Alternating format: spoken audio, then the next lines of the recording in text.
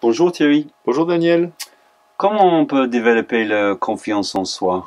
Alors, pour développer la confiance en soi, déjà, il faut savoir ce que c'est que la confiance en soi. La confiance en soi, c'est une construction. C'est-à-dire que la confiance, ça se construit.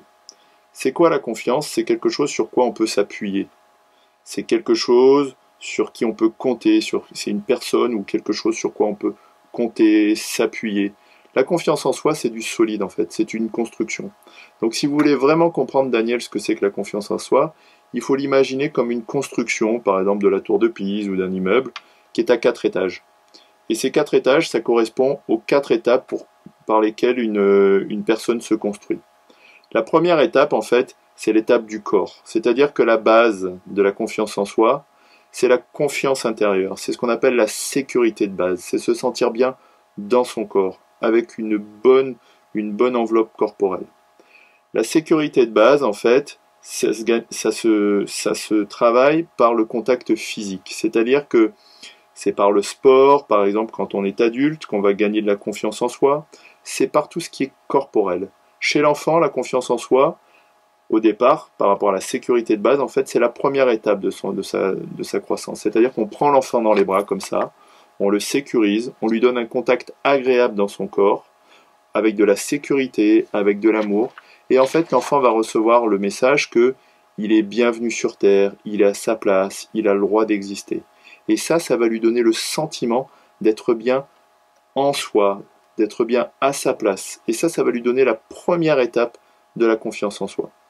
Donc si vous voulez travailler cette première étape, il faut vraiment travailler sur tout ce qui est corporel, physique, tout ce qui est massage, tout ce qui est thérapie corporelle et émotionnelle, pour vraiment que ce soit quelque chose dans lequel vous vous sentez mieux dans votre corps, pour vous sentir bien dans votre maison, et votre maison c'est votre corps. Ça c'est la première étape. Ensuite, donc l'enfant au départ, vous voyez, il se sent bien dans son corps. Après, en fait, il va commencer à explorer le monde, et ça c'est la deuxième étape de la confiance en soi. C'est-à-dire qu'en fait, il va commencer à construire la confiance en sa pensée propre, en son opinion, en son point de vue. C'est là qu'il va commencer à vous dire non, non, moi j'aime pas la vanille, moi j'aime le chocolat. C'est-à-dire que là, en fait, il va commencer à avoir une confiance par rapport à ses idées, par rapport à ses goûts, par rapport à ses choix. Et donc là, en fait, c'est une confiance par rapport à sa pensée, par rapport à ses valeurs, par rapport à ses critères de choix, par rapport à ses besoins. C'est une confiance sur l'affirmation de soi. Là, cette confiance, comment vous pouvez la travailler? Vous pouvez la travailler simplement en vous entraînant sur tout ce qui est satisfaction de vos besoins. On le verra dans une vidéo suivante. C'est-à-dire, vous concrétisez en action pour dire ce que vous voulez, agir. Et vous vous entraînez, en fait. Vous faites des exercices par rapport à ça.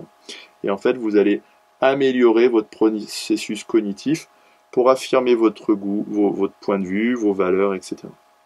La troisième confiance en soi, une fois que l'enfant, vous voyez, se sent bien chez lui, il a son opinion, son point de vue, en fait, il va vouloir apprendre à faire tout seul et à se débrouiller.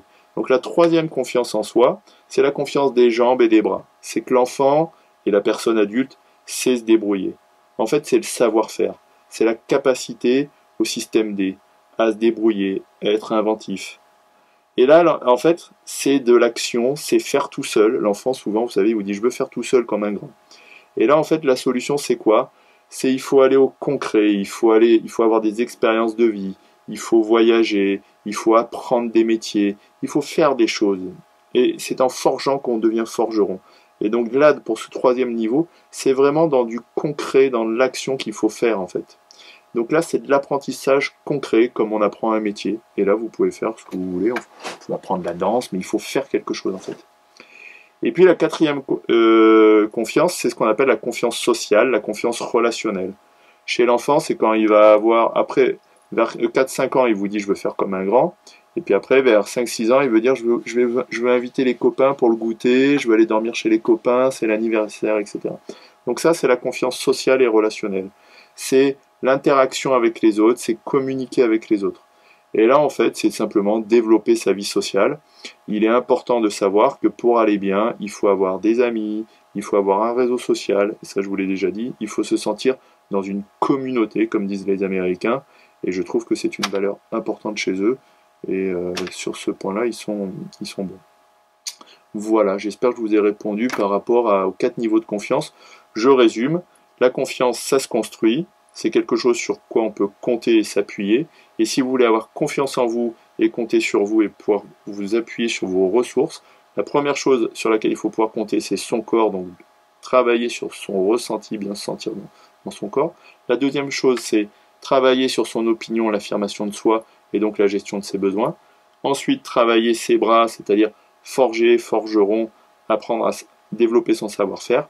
Et puis après, développer ses interactions sociales, communiquer, aller dans des groupes de gens, dans des communautés, des associations, vous faire un réseau pour vous intégrer socialement. Et il faut vous dire que c'est en forgeant qu'on devient forgeron. Et donc la confiance, ça se construit et elle va venir en fait. Il ne faut pas l'attendre, il faut aller vers elle. Elle se construit. Voilà Daniel. Merci Thierry. Je vous en prie.